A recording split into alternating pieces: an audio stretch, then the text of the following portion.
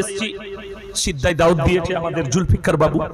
যদি উনি আমাকে ভালোবেসে বলেন হুজুর আমার বাড়িতে আপনার স্ত্রীকে নিয়ে আসবেন, আমার বাড়িতে থাকবে, একদিন ঘুরে যাবে মেদিনীপুর, আচ্ছা আপনি বলুন আমি নিয়ে এলে অপরাধ হবে? কথা বলুন না। নতুন দেশ পর্দার মধ্যে এলো। এরপর জুলফিকার বাবু বললে যে আমার বাড়িতে অসুবিধা আছে, তো সিদ্ধা বাজারে একটা গেস্ট হাউস আছে সেখানে রেখেছি। পুলিশে এসে যদি আমাকে বলে তোমার বিবি, এই যে তোমার স্ত্রী, প্রমাণ দাও, কাবিলনামা দেখাও, বাড়িতে আমার কাবিলনামা রাখা আছে, আমি যদি না দিই আমাকে বলবে এই মেয়েটাকে ধর্ষণ করতে নিয়ে এসেছি। জোরে বলুন না নাউজুবিল্লাহ। আল্লামা মামুনুল হক সাহেব তিনি কোন প্রোগ্রামে গেছেন, নিজের স্ত্রীকে নিয়ে একটা হোটেলে দাঁড়িয়েছেন, সাথে কাবিলনামা নেই। এসে প্রশাসনের লোক বলছে কাবিলনামা না থাকার কারণে আপনার উপরে ব্যভিচারের ধর্ষণের কেস দেয়া হলো। জোরে বলুন নাউজুবিল্লাহ। এই বাংলাদেশের ধ্বংস খুব তাড়াতাড়ি আছে, আমি জানি, আমি ভবিষ্যৎবাণী করছি। ওই দেশটা দেশ থাকবে না, আল্লাহ ধ্বংসই পতিত করবেন। যে দেশে আলেমরা জেলের কুঠরিতে থাকে আর ধর্ষণকারীরা রাস্তায় বুক ফুলিয়ে ঘুরে, সেখানে কখনো আল্লাহর গজব ছাড়া কিছুই নাজিল হতে পারে না। সেখানে সাকিব খান বলে একটা ফিল্মের আর্টিস্ট আছে, সে বলছে তার সঙ্গে যেই ফিল্ম করে তাকে একটা করে ছেলে গিফট দেয়। জোরে বলুন নাউজুবিল্লাহ। বিয়ে নয়, ছেলে গিফট দেয়। যেই তার সঙ্গে ফিল্ম করে একটা করে নায়িকা, বলে তাকে একটা করে ছেলে গিফট দিই, তার ছেলে হয়ে যায়, তার বাপের পরিচয়ের দরকার নাই। তারা জেলের কুঠরিতে যায় না, ধর্ষণ করে, ব্যভিচার করে, অথচ একটা বড় আলিমে দ্বীন মুহাদ্দিসকে তাকে ধর্ষণের কেস দেয়া। আল্লামা দেলোয়ার হোসেন সাঈদীকে শুধু মার্ডার কেসের আসামি নয়, কয়েকটা মেয়েকে ধর্ষণের আসামি এবং মেয়ে দিয়ে প্রমাণ পর্যন্ত করিয়েছে। ভাবতে পারেন আমাদের মতো মৌলবীকে পেলেও এরা ধর্ষণ কেসের আসামি করে দিবে। একটা কথা মাথায় রাখবেন, আমার মতো মৌলবী হক কথা বলার কারণে শুনতে পাবেন কোনদিন ভারতের জেলের কুঠরিতে ইয়াসিনকে ভরেছে। যদি অপবাদ দেয়, এতটুকু বিশ্বাস রাখবেন এই মৌলবী শওকতের বেটা কারি ইয়াসিনের উপরে, যে ইনশাআল্লাহ হকের উপরে আছি আর মৃত্যুকাল পর্যন্ত হকের উপরে টিকে থাকবো। দোয়া করবেন যেন বেঈমানের সামনে মাথা নত না করতে হয়। জোরে বলুন আল্লাহুম্মা আমিন। জীবনে করিনি আর মৃত্যুকাল পর্যন্ত বেঈমান আর নেমখারামের সামনে মাথা নত করবো না ইনশাআল্লাহ।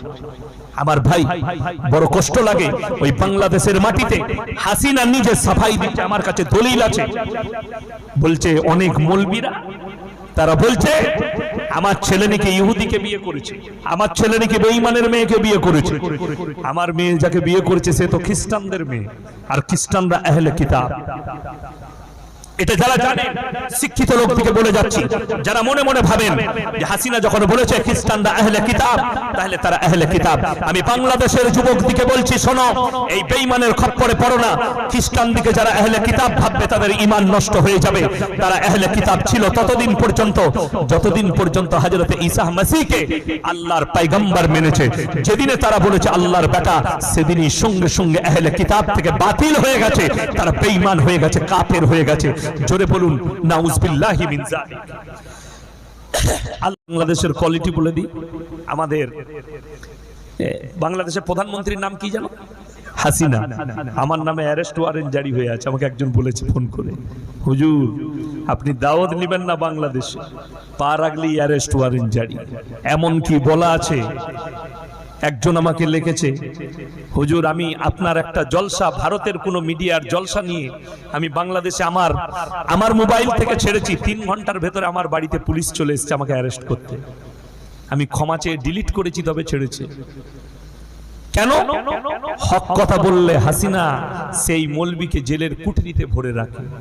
বাংলাদেশের জেলে হাজার হাজার উলামা জেলের কুঠরিতে বন্ধ আছে, ভালো ভালো আলেম। আল্লামা দেলোয়ার হোসেন সাঈদী জেলের কুঠরিতে বন্ধ আছে। শুধু তাই নয়, কারুর বিবি যদি ক্যান্সারে আক্রান্ত হয়ে বিছানায় থাকে, আর যদি বিবিকে বলে আমি কালকে আর একটা বিয়ে করছি, সেই বিবিও বলবে যে আমি থাকতে বিয়ে করো না, আমি মরে গেলে বিয়েটা করবে। ঠিক বললাম না? সেটা শুধু আপনার বিবি নয়, মৌলবীর বিবি হোক, জারি বিবি হোক, পীরের বিবি হোক, কেউ অনুমতি দিবে না দ্বিতীয় বিবাহ করার। শরীয়তে চলুন, বাধাটা নারীর কাছে নেই, বিবির কাছে নেই। বিনা অনুমতিতে আপনি বিবাহ করতে পারবেন, স্ত্রীর কাছে এজেন্ট লাগবে না। যে জায়গাটাই বাধা শরীয়তে আছে, আল্লাহ বললেন তোমাদের দিলে হৃদয়ে যদি মনে হয় দুটো বিবিকে আমি সমান চোখে দেখতে পারবো না, তখন তোমাদের জন্য একটাই বিবি যথেষ্ট। জোরে বলুন সুবহানাল্লাহ। আজকে আমি পৃথিবীর কথা বলবো না, ভারতের কিছু কিছু অন্ধভক্ত তারা বলছে মুসলমান চার চার শাদিয়া করতে হ্যাঁ, মুসলমানরা চারটা করে বিয়ে করে। আশা করি ভারতে যদি 40 কোটি মুসলমান থাকে, এদের মধ্যে 39 কোটি, যদি 20 কোটি বিবাহিত হয়, এই 20 কোটি বিবাহিতর মধ্যে আমার মনে হয় 20 কোটি 19 কোটি 99 লক্ষ মানুষের চারটা তো দূরের কথা, 3টে বউ নাই। ঠিক বললাম না ভুল বললাম বাবা? এখানে আমরা এতগুলো মানুষ বসেছেন, আশা করি কারো 4টা বউ নাই। আছে কি? নাই। শুধু এই থানাটাই খুঁজলেও পাওয়া যাবে না কারো 4টা বউ আছে। ইসলামী শরীয়তে জায়েজ করা হয়েছে। কেন? আল্লাহ রাব্বুল আলামিন কোরআনকে পাঠিয়েছেন। আল্লাহর কসম, গোটা পৃথিবীর বায়োডেটা কোরআনে ভরে দিয়েছে। দুনিয়া শুরু থেকে মানুষ কিয়ামতের সকাল পর্যন্ত কতগুলো পাপ ইসলামের সামনে এসে দাঁড়াবে এটা অনুভব করতে পারবেন না। বর্তমানে আমরা উলামারা অনুভব করছি কতগুলো পাপ আমাদের সামনে এসে দাঁড়িয়েছে, কত দিক থেকে ইসলামকে ঘেরা হচ্ছে। কি দিয়ে? পাপ দিয়ে ঘেরা হচ্ছে, যেটা থেকে বেরুবার উদ্ধার হবার ক্ষমতা মুসলমানদের নেই। আপনি নেকির কাজ মনে করে করছেন, অথচ সেইখানে পাপ ঢুকে যাচ্ছে। এমন পাপ ঢুকছে যে পাপের দ্বারা জাহান্নামের রাস্তা অতিক্রম করতে হবে, অথচ মুসলমান নেকির কাজ মনে করে করছে, ভালো কাজ করে মনে করে করছে, খুশির কাজ মনে করে করছে। যদি বলেন প্রুফ দেন, কিছুদিন আগে ঈদুল ফিত্র পেরিয়ে গেল, তাই না?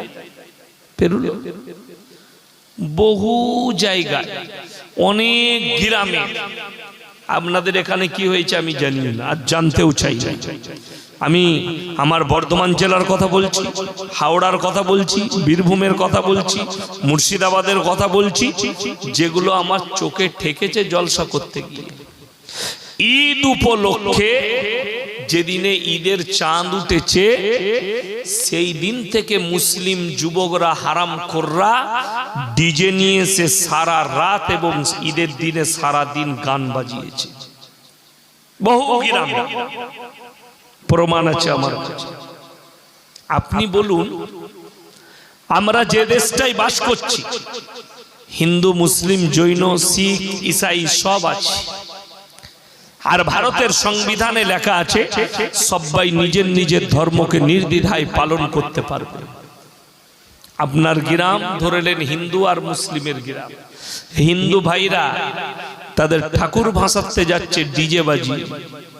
আপনি থানায় অভিযোগ করলেন আমার মসজিদের সামনে ডিজে বাজিয়েছে, মসজিদের সামনে দিয়ে গান বাজিয়ে মসজিদে নামাজ হচ্ছিল, তারা ঠাকুর ভাসাতে গেছে। 1 মিনিটের লেগে আপনার কথাটা মেনে নিলাম, এটা অপরাধ। কিন্তু পরক্ষণে আপনি চলুন, মুসলমান এত বড় নেমো খারাম, এমন নেমো খারাম যারা বলছে গান বাজালে আমার নামাজের ক্ষতি হচ্ছে, আমার ইমানের ক্ষতি হচ্ছে। এই মুসলমানরা বেটার বিয়েতে 3 দিন 4 দিন ধরে গান বাজাচ্ছে। ঠিক বললাম না ভুল বললাম বাবা? রাগ করবেন না। এই মুসলমানরাই বিটির বিয়েতে ডিজে বাজাচ্ছে, বেটার বিয়েতে ড্যান্স করছে মিছিল বার করে। আমার মোবাইলে প্রুফ আছে। হাওড়া জেলায় 12ই রবিউল আউয়ালের নাম করে, জুলুসের নাম করে ডিজে বাজিয়ে ড্যান্স করেছে মুসলিম যুবকরা। তাদের হাতে কলমা লেখা ঝান্ডা আছে।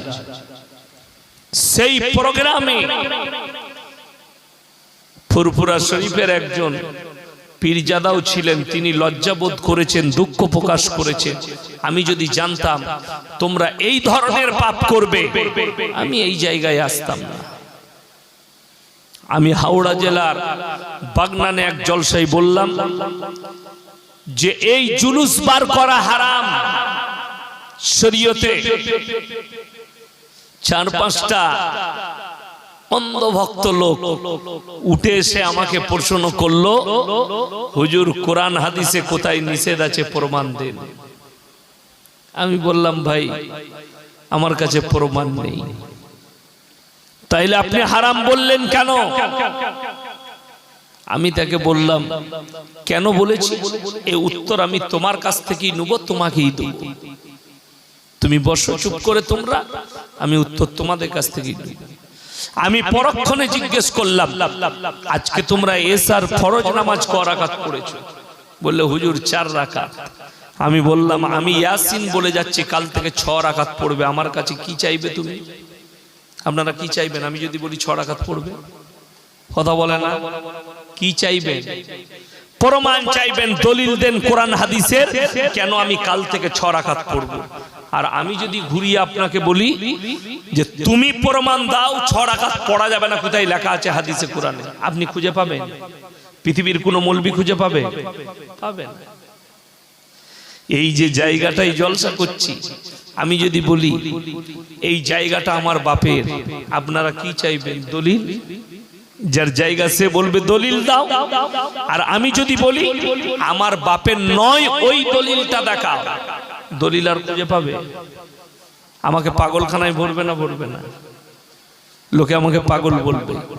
তো যখন বলছি জায়গাটা আমার, যখন তুমি বলেছো ডিজে বাজিয়ে জুলুস বার করা যাবে, প্রমাণ তোমাকে দিতে হবে, আমি দেব না। দলিল তুমি দিবে কোরআন হাদিস থেকে যে ড্যান্স করে জুলুস বার করা যাবে, ডিজে বাজিয়ে। আপনারা বলুন ইসলামী শরীয়তে গান বাজনা কি? কথা বলে না? হারাম। তো যদি হারাম হয়, মুসলিম যুবক জুলুস বার করে হিন্দি গান চাপালে ওটা কি করে জায়েজ হবে নবীজির নাম করে? বিবেককে জিজ্ঞেস করুন।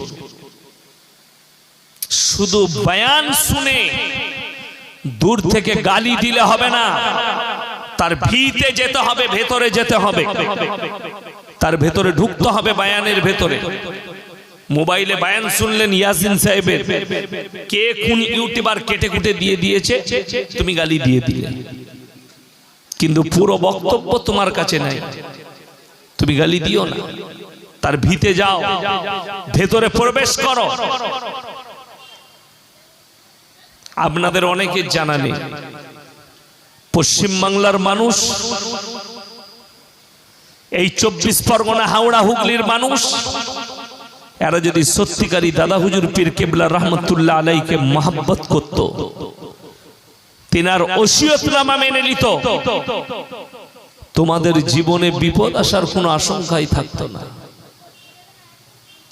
জুবান এক, আমল আর এক। মুখে বলছে দাদা হুজুর পীর কেবলা রহমতুল্লাহ আলাইকে ভালোবাসি, কিন্তু তার ব্যবহার, তার চলাফেরা, তার আখলাক দাদা হুজুরের থেকে, তার থেকে বড় দুশ্মন দাদা হুজুরের আর কেউ নেই।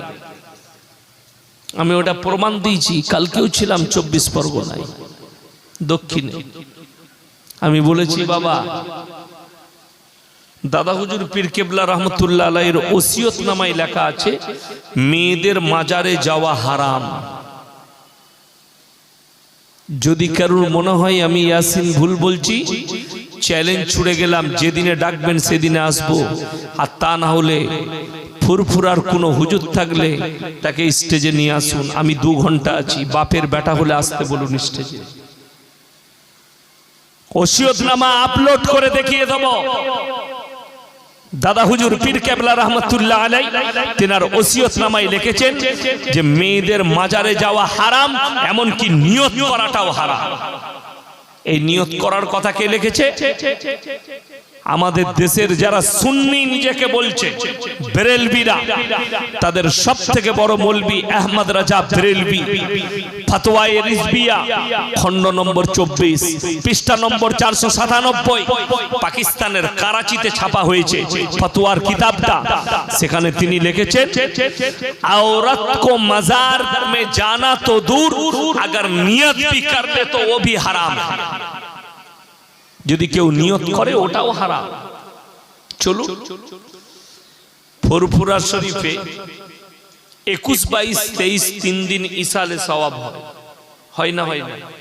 অনেক মানুষ যায় জিয়ারত করতে। একটা আমাকে প্রমাণ দেন তো যে সেখানে মেয়েরা ঢুকতে পায়? কথা বলেন। কেউ নিজের বউকে নিয়ে যেতে পারবে? পারবে না। যে লোকটা বলছে আমি দাদা হুজুর পীর কেবলা রহমতুল্লাহ আলাইকে ভালোবাসি, এই লোকটাই বাস ভাড়া করে, টুরিস্ট বাস করে 10,000 15,000 খরচ করে নিজের বউকে নিয়ে যাচ্ছে আজমিরে গিয়ে খাজা মঈনুদ্দিন চিশতি রহমতুল্লাহ আলাইয়ের কবরে তোমার বউকে দিয়ে সিজদা করাচ্ছ। আর তুমি বলছো আমি দাদা হুজুরের ভক্ত। তোর থেকে বড় দুশমন পৃথিবীতে দাদা হুজুরের আর কেউ নেই। আর তুমি আমাকে গালি দাও। তুমি ওসিয়ত নামায় আমল করেছো? দাদা হুজুর পীর কেবলা রহমতুল্লাহ আলাইহির ওসিয়ত নামায় আছে কবরে চাদর চড়ানো যাবে না, কবরে সিজদা করা যাবে না, আল্লাহ ব্যতীত কাউকে আপনার রব হিসাবে বিশ্বাস করা যাবে না, ভালো মন্দের মালিক মানা যাবে না। তিনি হক্কানি ছিলেন। আর তুমি আজকে নিজের পয়সার জন্য নিজের জমিরকে বিক্রি করছো। সাবধান সমাজের মানুষ, তোমরা সাবধান হও। বেঈমান কাফের তোমাকে চারিদিক থেকে ঘেরছে, তোমার হুঁশ নেই। পশ্চিম বাংলার কোন মুসলমানটা জানে না যারা নামাজ পড়ে, যারা রোজা রাখে? সকলে জানে যে প্রত্যেকটা মুসলমান নরনারীর জন্য দ্বীনি ইলম হাসিল করা ফরজ। ঠিক কি না? কথা বলে। আর আমি বলে গেলাম আপনার গ্রামে যদি 500টা মুসলমান থাকে, 495 জনের কাছে দ্বীনি ইলম নাই। রাগ করে না যাই করে, 100 জনের মধ্যে 95 জনের কাছে দ্বীনি ইলম নাই। যদি বলেন দ্বীনি ইলম মানে কি? আলেম হওয়া নয়, মুফতি হওয়া নয়, মুহাদ্দিস হওয়া নয়, মুকাররির মুফাসসির হওয়া নয়। দ্বীনি ইলমের অর্থ হচ্ছে অতটা ইলম তোমাকে হাসিল করতে হবে যতটা করলে দ্বীন আর বদ্দীন চিনতে পারো, শিরক আর বেদাত চিনতে পারো, হারাম আর হালালের বিচার করতে পারো, কুফরিটা চিনতে পারো, বেঈমান কাফেরের আখলাক চরিত্রটা তুমি চিনতে পারো তোমার ইলমের দ্বারা। যদি বলেন ওই ইলমটা কোথায় হাসিল করব? হয় কোনো মাদ্রাসায় পড়ে হোক, কোন আলেমের কাছে উঠা বসা করে হোক, কোন বড় আলেমের লেখা বই পড়ে হোক, আপনাকে অতটা ইলম আপনাকে হাসিল করতেই হবে। মুসলমান হারাম হালাল কি বুঝে একটু বলে দিই। আমাদের বর্ধমানের ছেলেরা গাড়ি চালায়, লরি, ট্রাক। আপনাদের 24 পরগনায় রোজ বালি নিয়ে আসছে না? আসেনি? রোজ বালি। মুসলমানদের ছেলে হোটেলে দাঁড়িয়েছে, হোটেলে ঢোকার পরই ঢুকি বললে ভাই 1 বোতল মদ দে তো। মদ খাওয়া হয়ে গেল। এরপর বলছে মুরগির মাংস আর রুটি নিয়ে। সে বেচারা মুরগির মাংস আর রুটি এনেছে হোটেলের কর্মচারী। তখন তাকে জিজ্ঞেস করছে, দাদা মুরগির মাংসটা জবাই না কাটা? তাকে জুতো মারতে হয় না? হয় না? যে লোকটা মদ খেলো তার লেগে আর কাটা কুটা দেখে লাভ আছে? মদ স্পর্শ করা হারাম, আল্লাহ স্পষ্ট বলেছেন কোরআনে। মদ স্পর্শ করা তোমাদের জন্য হারাম।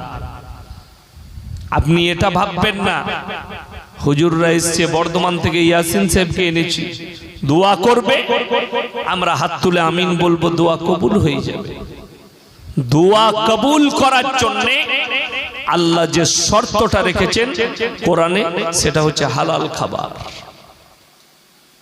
যারা হালাল খাবে না তাদের দোয়াকে কবুল আল্লাহ করবেন না। নবীজির হাদিস, হালাল মাল খেলে তবে তোমাদের দোয়া কবুল হবে।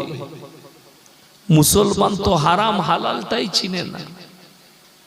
আপনি যদি সকালবেলায় উঠে কলকাতায় যান, নিউ টাউনে যান, রাজারহাট বাজারে যান, কোনো অপরিচিত হোটেলে খেতে গেলে আপনাকে জিজ্ঞেস করতে হবে না, হবে না মুরগিটা জবাই না কাটা? করতে হবে। কেন? আপনার জন্য শর্ত হচ্ছে হালাল খাবার। কোরআন খুলুন, আপনাকে বুঝাবো। সকালবেলায় উঠে আপনি বাজারে গেলেন, রাত্রে আমাদের গ্রামে জলসা হয়েছে, ইয়াসিন ভাই এসেছিল, বলেছে যে জবাই করা মাংস খাবে। আপনি চলে গিয়ে বাজারে বলছেন 1 কিলো জবাই করা মাংস দে, কিনছেন জবাই করা মাংস, টাকাটা কিন্তু সুদের টাকা, সেই একই মাল দাঁড়িয়ে গেল। কথাটা বুঝাতে পারলাম? যেমন মদ খেয়ে জবাই করা মাংস চাওয়া, ওই রকমই সুদ খেয়ে জবাই করা মাংস চাওয়া, দুটোই একই ব্যাপার। যদি বলেন হুজুর সুদ কি? ওয়াহাল্লাল্লাহুল বাইয়া ওয়া হাররামার রিবা, হে আমার নবী, তোমাদের জন্য সুদকে হারাম করেছি এবং ব্যবসাকে হালাল করেছি।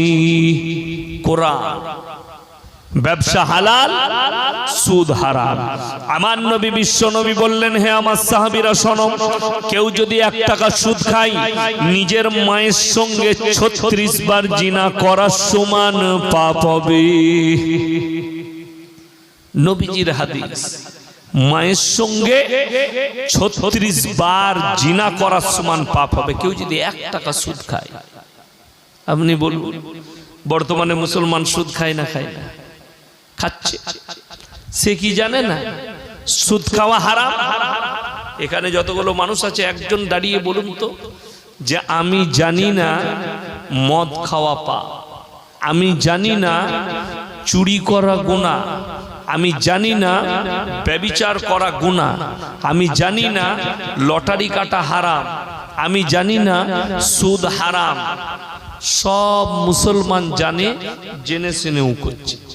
দেখুন, আপনাকে আমি প্রমাণ দিই। রমজান মাসে মসজিদগুলোয় মুসল্লি বেশি ছিল না কম ছিল? কথা বলে না। এখন কিন্তু ওই মাল কটাকে আর খুঁজে পাওয়া যাচ্ছে। কথাটা বুঝতে পেরেছেন? সেই লক্ষ্যটাকে এখন খুঁজে পাওয়া যাচ্ছে না। তারা নাই, ঈদের দিন থেকে গায়েব, তারপর থেকে তাকে ইমাম সাহেব সেই মাল কটাকে দেখা পাচ্ছেন।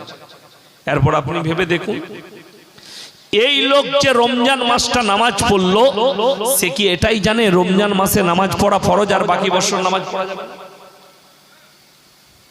সে জানে 5 ওয়াক্তের নামাজ পড়া ফরজ।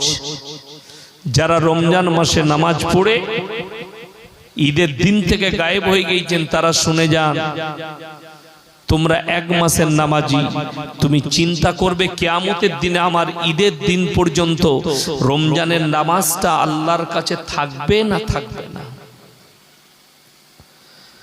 কেন? নামাজকে ফরজ করেছেন আল্লাহ রাব্বুল আলামিন। নবীজি সাল্লাল্লাহু আলাইহি সাল্লামের হাদিস, যার নামাজ নাই তার মধ্যে ইসলাম নেই। এটা লিখে নিয়ে যান যুবক থেকে যারা বেনামাজ ওইদিকে নিয়েছি। 15 মুর্শিদাবাদে 20,000 40,000 শ্রোতা থাকে। 24 পরগনার যত বড়ই মাদ্রাসা হোক,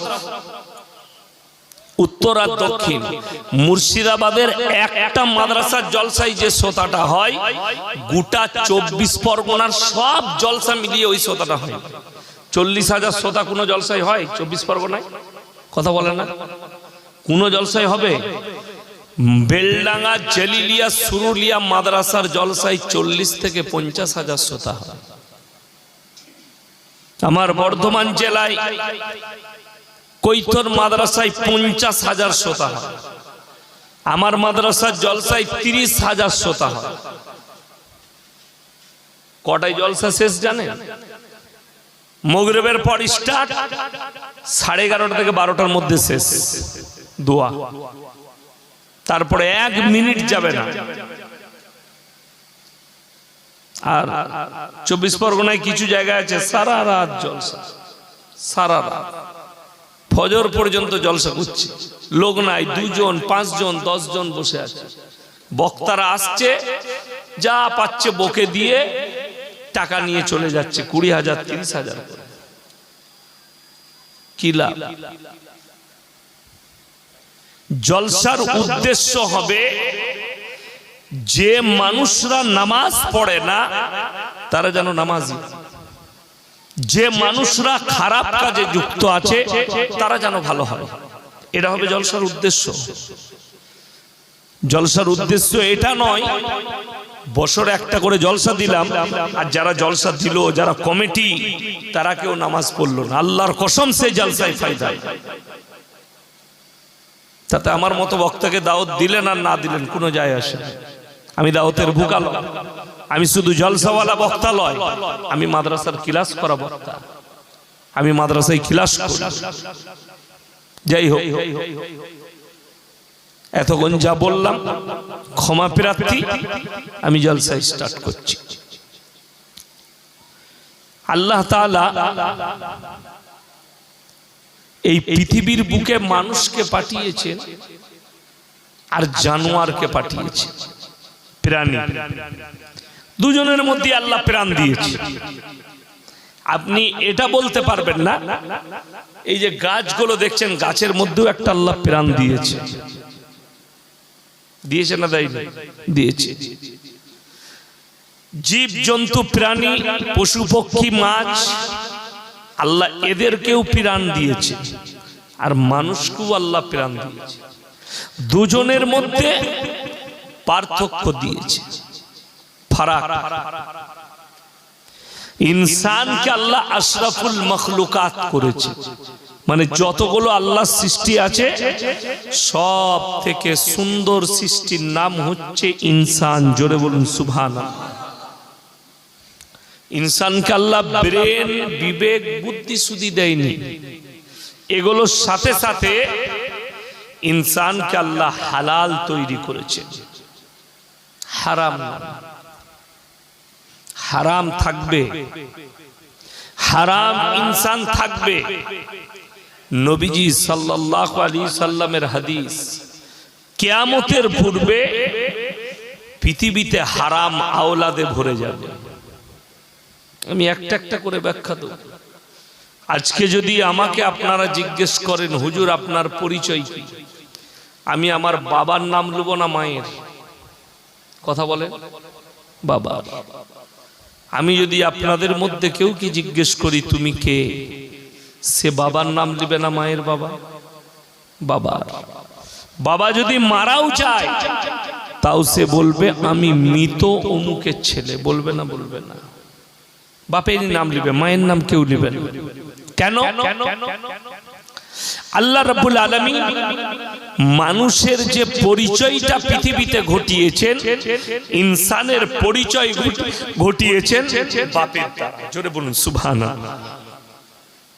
বাপের দ্বারা। দেখুন আমাদের সমাজে ছাগল আছে, আছে না? না, গরু আছে। আমি এখন এই দুটো প্রাণীকেই ধরলাম। আচ্ছা, ছাগলের বাচ্চা হলে কেউ বলে পাঁঠার বাচ্চা না, বলে না? ছাগলের বাচ্চা বলে। ছাগলের গায়ের বাচ্চা হলে কেউ কিন্তু ষাঁড়ের বাচ্চা বলে না, সব গায়ের বাচ্চাই বলে। ও নিয়ে যা, নিয়ে যা। হ্যাঁ, কি বলে? গায়ের বাচ্চা বলে। আল্লাহ জানোয়ারের পরিচয় ঘটিয়েছে মায়ের দ্বারা, ইনসানের পরিচয় ঘটানো হয়েছে বাপের দ্বারা। জোরে বলুন সুবহানাল্লাহ। কেন জানোয়ারের দ্বারা? চলুন, এখানে একটা বহুত বড় ব্যাখ্যা আছে। ইসলামী শরীয়তে কোরআনের পরিভাষায় একটা পুরুষ মানুষ 4টা পর্যন্ত বিবাহ করতে পারে। কটা বললাম? 4টা। এই যে 4টা বিয়ে করবে সেটার কিন্তু সিস্টেমেটিক্যাল আছে। কেউ যদি দ্বিতীয় বিবাহ করতে চায় তার আগের বিবির অনুমতি নিতে হবে না? হবে না? হ্যাঁ।